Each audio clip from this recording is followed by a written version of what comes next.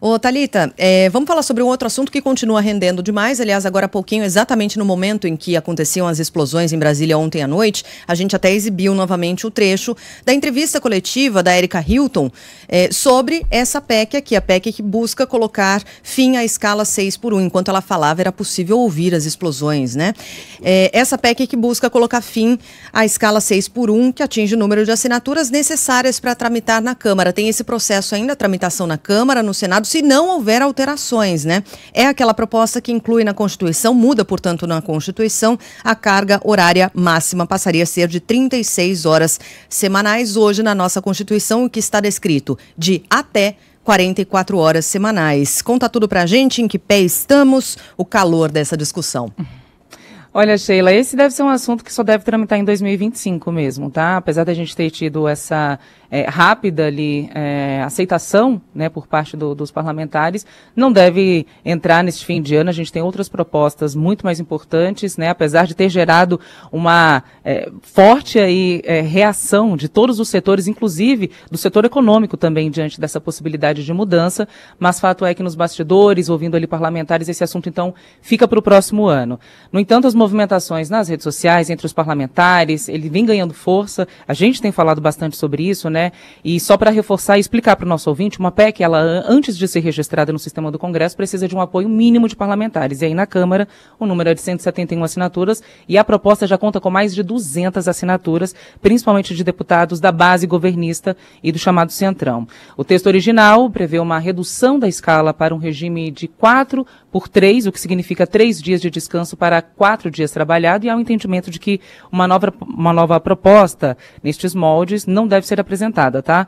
Mas o principal objetivo é acabar com esse regime que você ressaltou de 6x1, que hoje a gente tem, que só permite um dia de descanso para o trabalhador após 6 dias de trabalho. A deputada Erika Hilton, apesar da situação atual ser favorável para o texto, disse que o trabalho de articulação vai continuar, ainda é um caminho longo, né? Começam as discussões, ainda tramita por comissões, e após protocolado, uma PEC precisa de 308 votos na Câmara dos Deputados e 49 no Senado, sendo votada em 2 turnos nas 2 casas para ser efetivada.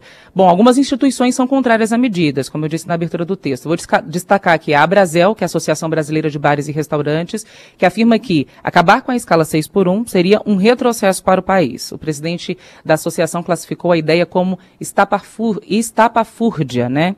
É o Paulo Soumuti. E a Confederação Nacional da Indústria acredita que a melhor solução para isso é através de acordos coletivos e não por imposição da lei.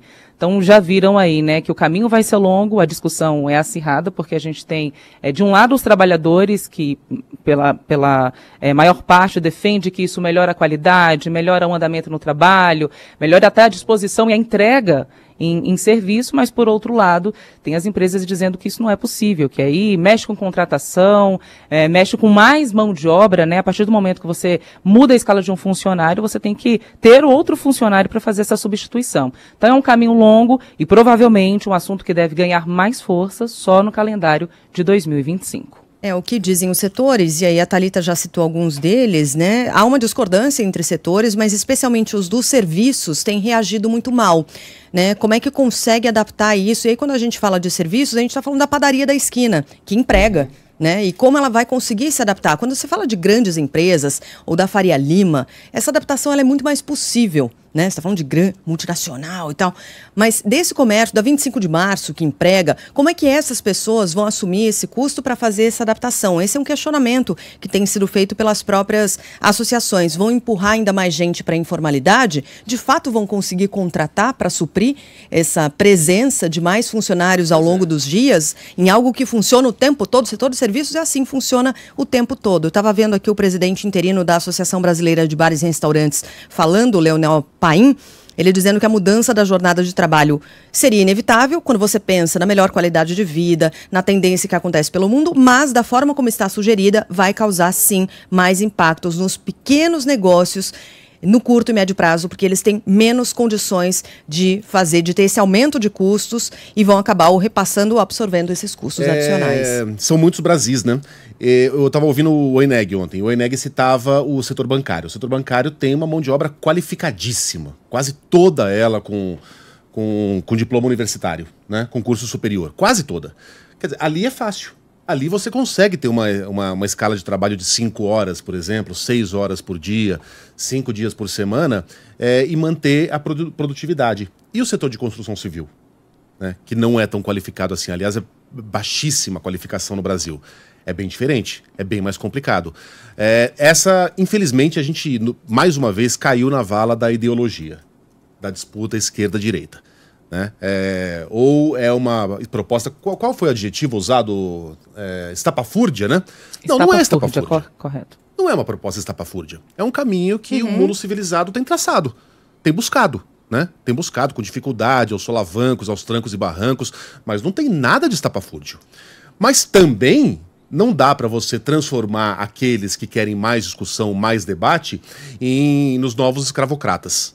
Né, nos inimigos do trabalhador. Não é assim que a banda toca. Essa discussão é complexa. O mesmo Oineg falava ontem da França, que tinha 39 horas semanais, já é menos que o Brasil, e transformou a escala semanal em 35 horas. Depois de alguns meses, de um punhado de meses, ou 2 anos, sei lá, eles voltaram a discutir essa questão porque havia muitos setores que queriam uma escala maior. Não só os empresários malvados. Empresários, trabalhadores, desejavam uma escala maior. Então a França, que havia experimentado uma diminuição da produtividade com essa mudança para 35 horas, flexibilizou as regras e voltou a ser um dos países mais produtivos da União Europeia e, portanto, do mundo. A Alemanha está tentando há muito tempo, a Sheila falava ontem, reduzir a escala para 28 horas, né, o objetivo final. Não consegue. Não. Mas é um objetivo. Mas tem tentado, no horizonte. Tem planejado isso e realizado aos poucos. Está no horizonte. Não é uma proposta estapafúrdia. Os alemães não são idiotas. Definitivamente não são idiotas. Eles sabem que é possível, mas não vão fazer da noite para o dia, por meio de uma votação na Câmara dos Deputados sem praticamente nenhum debate com a sociedade.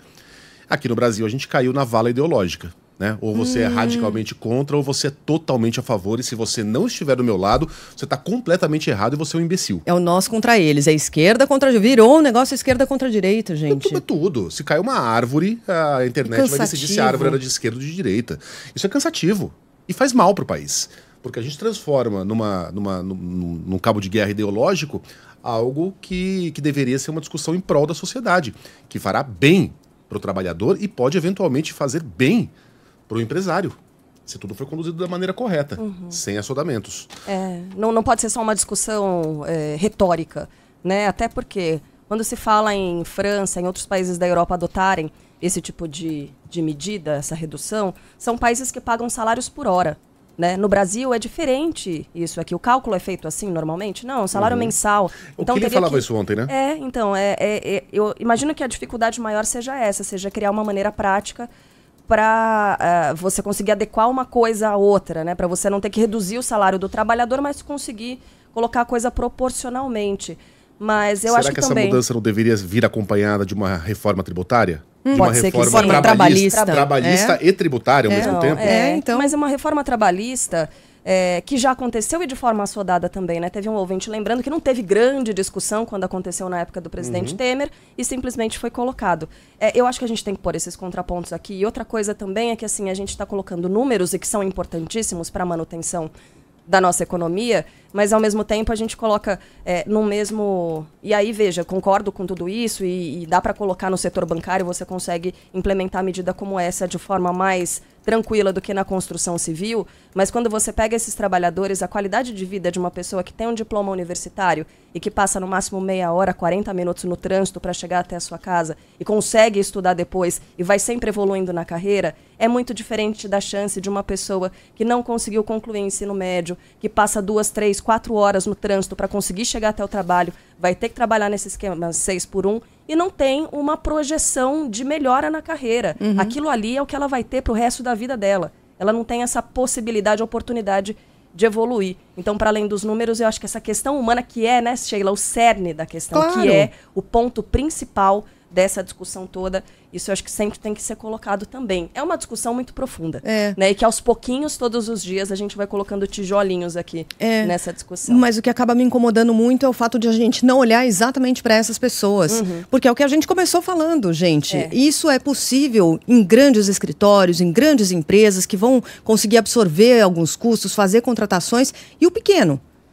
E o pequeno, né? E esse trabalhador, e o operário, né? Eles serão de fato contemplados? Haverá adaptações para essas pessoas? Duvido muito, por isso que eu falei do risco de empurrar mais gente para a informalidade.